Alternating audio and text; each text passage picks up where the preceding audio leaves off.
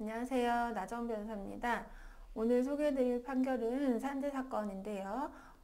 근로자가 1차 회식에 이제 참석한 후에 2차 회식을 마치고 이제 귀가하는 길에 발생한 재해인데, 이제 이 근로복지공단에서 불승인을 했던 이유는 1차 회식은 거의 대부분 소속 직원들이, 전체 직원들 대부분이 참석한 공식적인 사업주가 주최한 회식이었지만, 2차 회식은 일부 직원들만의 사적인 모임이다. 그래서 사업주 지배 관리를 받는 회식으로 인해 생긴 그런 재해라고 볼 수가 없다. 그래서 이제 인과관계가 없다라고 해서 이제 이 불승인으로 이제 판정을 했던 사안입니다.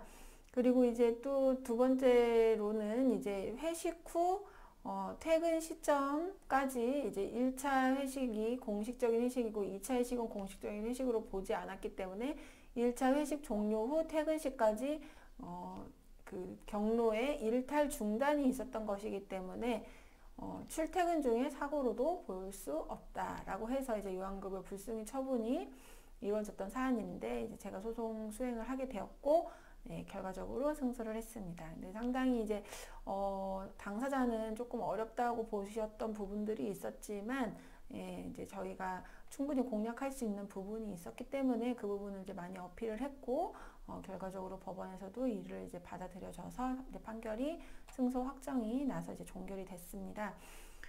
일단 중요한 쟁점은 2차 회식이 일부 직원들, 그러니까 전체 이제 1차 회식에 참여했던 직원이 한 25명 정도 됐는데, 2차 회식은 한 4명 정도만 참여했던 회식이었습니다. 그렇기 때문에 이것을 근로복지공단에서는 일부 직원들만의 사적인 모임이다라고 이제 봐서 이제 불승인을 했던 거예요. 근데 이게 이제 단순히 직원들이 1차 회식을 마친 후에 그냥 몇 명이 야, 우리끼리 그냥 좀 더 마시자 이렇게 해서 모인 거면은 이런 공단의 판단이 맞다고 볼 수 있습니다. 그런데 이 사건에서는 이제 특이한 점이 뭐냐면, 1차 회식을 이제 기획하고 주최한 차장급의 이제 직원이 있었습니다. 근데 이제 회사에 차장도 이제 여러 명이 있잖아요. 보통은 규모가 어느 정도 되는 회사니까요. 그 회사에서 이제 차장들이 여러 명이 있는데, 그 중에서도 최선임 차장이 이제 이런 행사 준비나 뭐 이런 뭐 비용 관리 이제 이런 여러 가지 이제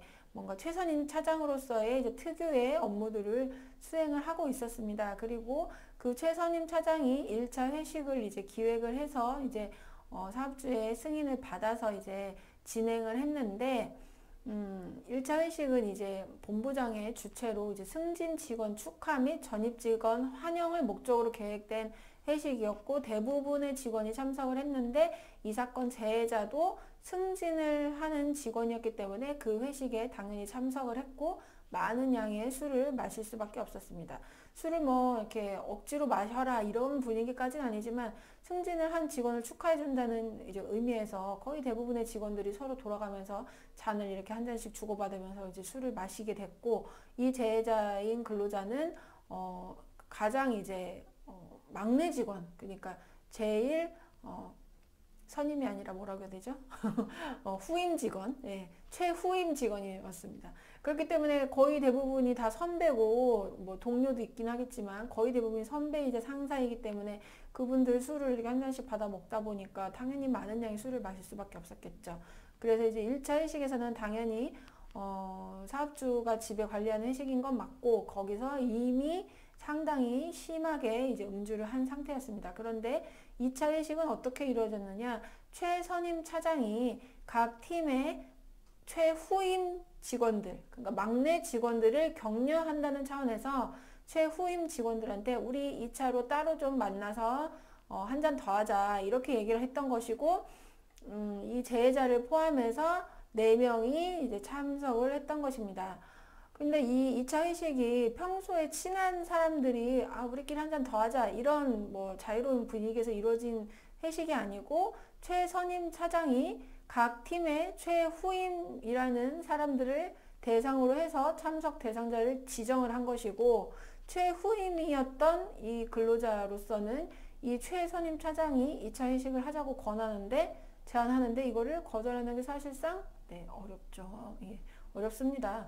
그래서 이제 당연히 참석을 했고 실제로 최후임 직원들이 다 같이 참석을 했습니다. 그래서 1차 회식이 이루어진 다음에 곧바로 이렇게 이제 2차 회식이 이루어졌고 바로 근처 장소에서 이루어진 점, 그 다음에 1차 회식을 마치고 나서 2차 회식을 주최한 최선임 차장은 평상시에 이 회사에서 이제 이 해당 부처의 인사 및 조직관리, 뭐 행사 기획, 그리고 비용 지출 관리 이런 업무를 담당하던 관리자 직책에 있는 사람이었다라고 볼 수 있는 것입니다. 그러니까 사실은 뭐 부장부터 보통은 노조 가입을 하지 않고 이제 명백한 관리자로 보는 것이 일반적이긴 한데요. 차장이라고 하더라도 이게 무조건 관리자가 아니라고 할 수는 없습니다. 네. 이런 이제 구체적인 맡은 업무, 그리고 이제 그 회사 내에서의 이제 직위 체계나 이런 거에 따라서도 좀 차이가 있을 수 있겠죠.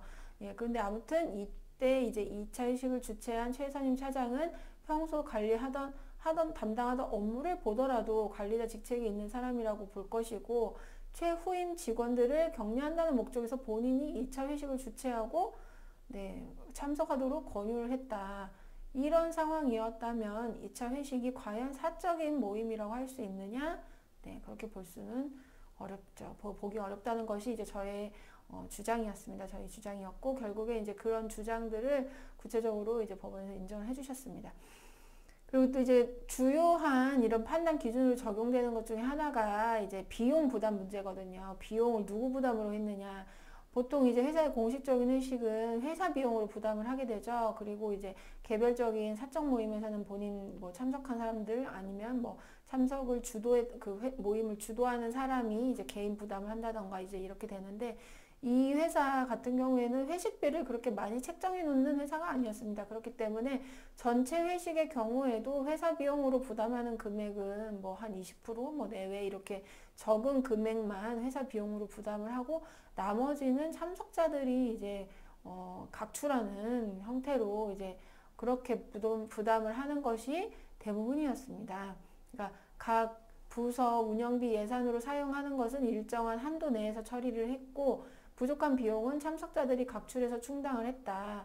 1차 회식이 그렇게 이루어졌고, 2차 회식은 뭐 참석자 중에 최선인 그 차장의 개인 카드로 결제를 하긴 했지만, 비용도 사실 뭐 3만 원도 되지 않는 소액이었고, 이 회사에서 회식 비용을 충당해온 관행을 고려한다면 2차 회식과 달리 뭐 법인카드로 회사 카드로 결제를 하지 않았다라는 것만으로는 2차 회식이 그 비용 결제하는 그런 비용 충당한 내용만 갖고 그 업무와 무관한 사적인 임의적인 성격의 모임이라고 판단하기는 어렵다고 할 것입니다.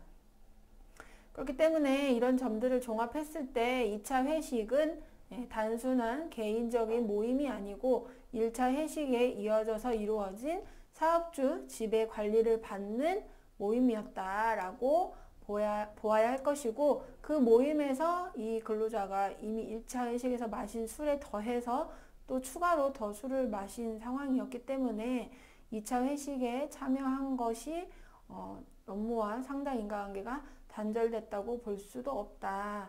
네, 그래서 결론적으로는 네, 사업주 지배 관리하에 있는 행사를 마치고 귀가하던 중에 발생한 재해이기 때문에 이에 대해서는 업무와 상병 간의 상당 인과관계가 인정이 돼야 한다. 그리고 또 출퇴근 중 재해로도 볼 수 있다라는 것이 네, 저희가 주장한 내용이었고, 이런 내용이 그대로 법원에서도 받아들여졌습니다.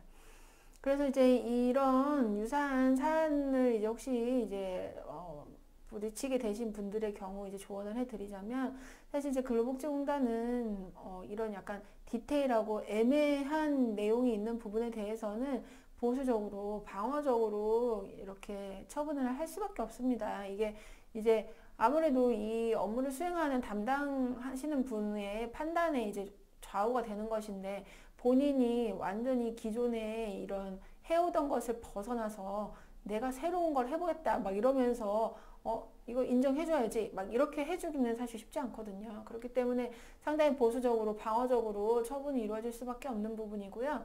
이거를 깨는 거는 네, 법률가가 해야 될 역할이죠. 그렇기 때문에 이제 이런 약간 뭐랄까 내가 볼 때도 이거 좀 어려울 것 같은데 이런 내용들이 있다고 하더라도 그게 변호사의 관점에서 본다면 또 산재를 많이 해본 전문가의 이제 입장에서 본다면 충분히 이제 파고들 부분이 있습니다. 그렇기 때문에 그런 부분을 너무 우려하지 마시고 일단은 한번 네, 전문가의 조언을 받아보시기를 권해드리는 것이 오늘의 결론이 되겠습니다. 네, 오늘은 여기까지 소개해드렸습니다. 감사합니다.